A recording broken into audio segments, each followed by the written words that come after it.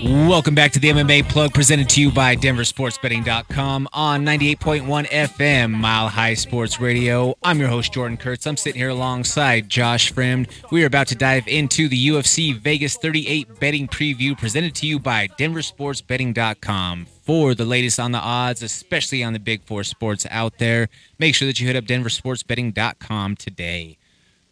Josh, this weekend in the main event, we see a clash of two top light heavyweight contenders. We see the clash of number 5, Thiago Majeta Santos, taking on number 10, Johnny Walker.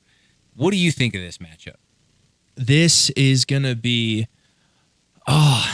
I can see it going a couple ways. I can see it going Walker's way in, Johnny Walker type fashion, a spectacular knockout, something dynamic, or we can see Santos going out and just dominating the entire fight from start to finish.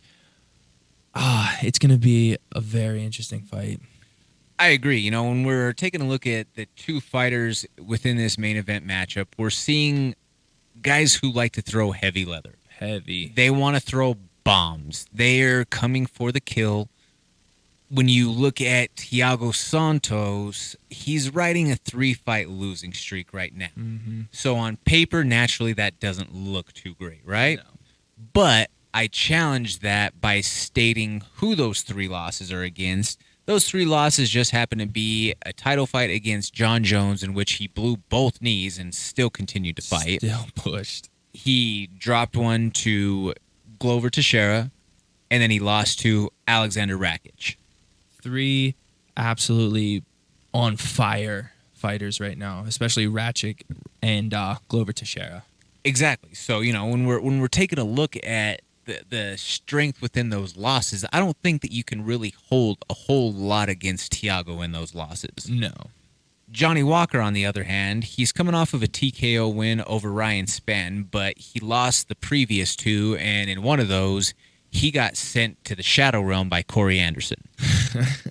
Yeah. So both guys are not immune to taking damage, especially they have a kind of reckless go for the big bomb and maybe take a couple along the way sort of style. I have a real tough thought on which way to even lean or start to go with this one. Speaking of the odds, we have Thiago Santos coming in at the -160 favorite, and Johnny Walker on the comeback as a slight underdog at +140. So with that in mind, what are your thoughts? I'm definitely leaning towards Thiago Santos for this one. I think that if Johnny Walker can't be dynamic, if Santos can stop him with leg kicks or corral him, I don't think it's going to be a good night for Johnny Walker by any means. So, and I think if he can tire him out, take him into the 3rd round, I think a TKO, KO in the 3rd round, once Johnny Walker figures out that, hey, this dynamic stuff isn't going to work. I just don't think he has the basic skills to be able to stand with Santos. Definitely, and that's a very valid point there, especially with Johnny Walker coming off of a torn pec. Yeah. So that's another major surgery that he's had to go through and recovery that he's had to endure over the course of the last couple of years. Obviously, the shoulder and the worm being a very notable injury that Johnny Walker's had to overcome in the recent history. If we're really, for me, I like the bet that it doesn't go the distance. I like it just being a finish more than anything, because I don't really love the thought of placing my money on either one of these guys, if we're being completely honest. I'm just not in love with that pick. I think that the finish is a much safer bet. That's a safer bet, because even the over under 2.5 rounds is it's even money right now. So the safe bet would be a finish. Yeah, and I think that Johnny Walker can very well knock Thiago out. He could do something crazy and ultra athletic and dynamic. He would take a leap substantially in the rankings. Obviously, with him being at 10, Thiago being at 5, that would put him somewhere closer into that top 5 mix. So, anything can happen. That's why they go in there, right? That's why they play the game, Jordan. You don't play fighting, Josh. Hey, that you don't. But moving along to the co-main event, when you need somebody on short notice, who do you call? You call Trailblazer. Big Mouth the Trailblazer. You call Kevin Holland. You thought that he was out in the Dagestani mountains somewhere grappling or trying to learn that side of the game. But he says, nah, Dana, I'm ready on just a few days' notice. I'm going to come in and I'm going to come take the Philly boy Kyle Daukaus on in the co-main event. Few days' notice, that's all I need. Dude, I'm so pumped for this fight because I'm a huge Kevin Holland fan. But Kyle Daukaus, I have history with him, like relative history. We were supposed to fight when I fought on Bellator a while back. He's from Philly. He's from the East Coast. He's from my neck of the woods in Pennsylvania. And I've watched this guy in his career go through CFFC, become the champion, lose on the Contender Series, to come back and get into the UFC. And he's had a bunch of tough fights in the UFC. And he's getting Kevin Holland. Like, that's a fun fight to watch. Like, if you're a jiu-jitsu guy or if you're a stand-up guy, like, both these guys are long, lanky. They love to throw unorthodox strikes. Obviously, Kevin Holland's going to talk the whole time. But it's a fun fight for the fans. It is, and I don't mean to slight Kyle Daukaus by any means, but I think that this might be just way too much of a challenge for him at this point. I mean, if we're talking if we see the Kevin Holland that we saw prior to his last couple of bouts. Yeah. And Josh, I also just question in the sense of, like, Daukaus is a jiu-jitsu guy, right? Yeah. He's not a big wrestler necessarily. He's not a big wrestler, no, but he does have very good takedowns off the cage. He had a really hard, tough showing against Phil Hawes, but like Phil Hawes is a monster wrestler. Yeah. He's very good on the ground and grappling, but that just wasn't stylistically a good matchup for him because he's short, muscular, and a very good wrestler. But whereas Kevin Holland is just as long as him, they're both jiu-jitsu black belts. They're both not the greatest wrestlers. I think Kevin Holland obviously has the advantage in the striking, but it's more even than it looks, in my opinion, because just, I guess, from my biased opinion of Daukaus, knowing through him, through his career and whatnot, it's a lot closer than it looks. Do you think that there's a lot of added pressure on the shoulders of Kevin Holland, given that, he is much more of an elevated status, if you will, within the division, who's taken on a relative no-namer? I think that if you're not Kevin Holland, yeah, you think that there's pressure, but let's be honest, the UFC's not getting rid of Kevin Holland anytime soon. The guy puts butts in seats. He makes you want to watch the fights. And even though he got out-wrestled the last couple fights, he's entertaining to watch. You're going to tune in to watch Big Mouth fight. That's just plain and simple. Fair enough. So if we take a look at the odds on this matchup, we have Big Mouth coming in as the favorite at -155, with Daukaus as the slight underdog with the comeback at +135. Who do you have, Josh? Oh, this is really hard because, like I said, I'm a huge fan of Big Mouth. But, yeah, I think I'm going to go with the PA boy. I'm going to go with the Philly boy. I think that there is a strong possibility that Daukaus does take him to. He's a homer, folks. Hey, he's a homer. I'm just trying to think here. Unless Kevin Holland's wrestling has substantially exponentially improved, I think that Daukaus, coming from Philly, who they have good wrestlers out there, they have tough guys out there, so he does have the looks that he needs. I think that he could get a submission, he could ground and pound him, or he could just take him down and hold him down, possibly like Kevin Holland has been in the past. Well, I'm going to go out on a limb here, and I'm going to take Kevin Holland. I'm going with the Trailblazer. Hey, I'll put $5 down right now, just me and you. The gentleman's bet here. The gentleman's bet. Folks, Yeah, I mean, I'm in on that action.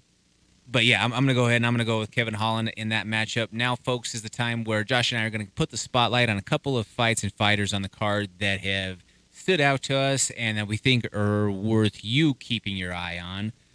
I think that it's a worthy matchup for us to keep our eye on, with Devonte Smith taking on Jvan Malarkey. Devonte Smith is fireworks anytime that he's in the cage. Anytime he's in the cage, you just want to keep your eyes open and don't blink, because at any moment the fight could end. Exactly. The bink bink effect is real. All it takes is one strike from that kid to send somebody into the unconscious Shadow world. realm. Yeah, not to use the shadow realm too much, Too but much, yeah. Devonte puts him somewhere. That's for sure. I was trying to think of some anime term in that sort of moment. Aside from that, but Yeah.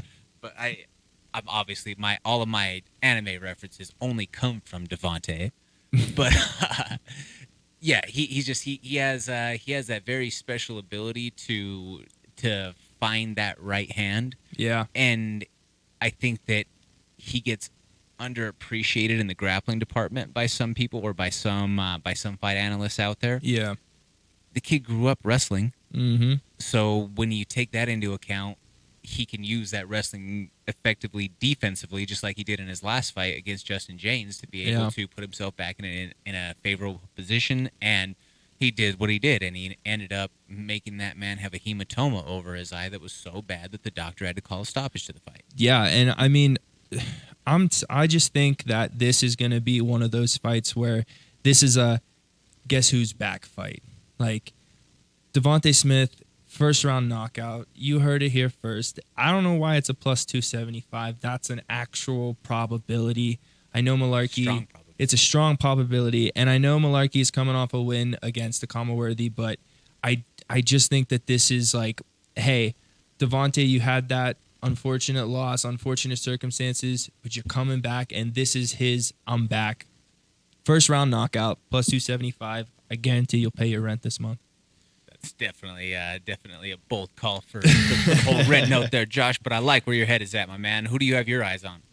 My pick right now is going to be Alexander Hernandez versus a short notice replacement. We have Mike Breeden coming in from Glory. He's 10-3, making his UFC debut. Obviously, I believe that Alexander Hernandez is going to come out and he's going to win this fight like he should and everything. That's just my spotlight for this week, and I don't really think you're going to make a ton of money if you bet on it because the odds are very flip-flop right now. But Alex Hernandez, first-round knockout. What can I say? I think my boys are going to go out here and just flatline people. Yeah, Alexander Hernandez, his nickname is Tasmanian Devil around his gym and training partner circles for a reason. There is a reason. He's electric as far as the energy that he brings into there. But I also think that another fight that is worth just for the entertainment value to keep your eyes on, because he is never in a boring fight, Josh, is Nico Price taking on Alex Oliveira. That was one that I was looking at as well. That's a banger for sure. It is. You have two vets who are always going to leave it out there. Obviously, Oliveira has not had the success as of recent that he once did younger on in his career, but he's a guy who goes out there and he brings it. Yeah. You aren't going to question if it's a guy who's going to be a dance partner, if that makes sense. Yeah. And then Nico Price is never in anything that doesn't make you go, wow, what did I just witness? Yeah, he's always exciting, and he's a gamer. He's always going to bring it. Same with Oliveira. I think that this one, I honestly don't know if this one goes to a finish. I don't think it makes it the entire fight. No, I think that it has a strong potential for a fight of the night type of situation. They're both guys who have a style that they're not afraid to take damage to have the opportunity of potentially giving it. Yeah. There's some times where Nico Price, bless the man, he takes 3 just to deliver one massive shot, or he'll get floored all the way to the ground only to deliver an up kick that knocks you out. Hey, man, got to take some to give some. And if that one shot that you land is 10 times more powerful than the 3 that you land, I'll take those odds all day. I mean, you're not wrong in that at all, at all. And then you just also have to point out that it is a family affair with the Shevchenkos. Antonina Shevchenko is back in action this week and taking on the undefeated Scottish product in Casey O'Neill. So, it's always a good thing when you see Valentina over there cornering her sister. The way that she has so much passion screaming in the corner is just something that, watching those videos when the UFC does those corner shots, it sends a chill down my spine seeing her the way that she is so energized when it's not even her in the moment. Yeah, and that's like you said, it's a family affair. That sisters just going out there, living their dreams, being the greatest that they can be. It's phenomenal. Absolutely. What did we get right? Who do you agree with? What picks do you think maybe you're worth having a little bit more consideration? Hit us up on the Go Fast Energy Drink hotline and text line at 303-831-1340. I'm Jordan Kurtz, sitting alongside Josh Frem. This is the MMA Plug, presented to you by DenverSportsBetting.com on 98.1 FM, Mile High Sports Radio.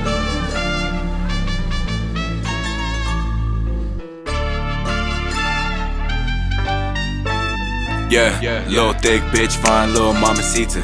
Always coolin' by the pool, drinking margaritas. Yeah, it's pippin' over here, and we ain't trippin' over pesos. I know it's good now, but luego.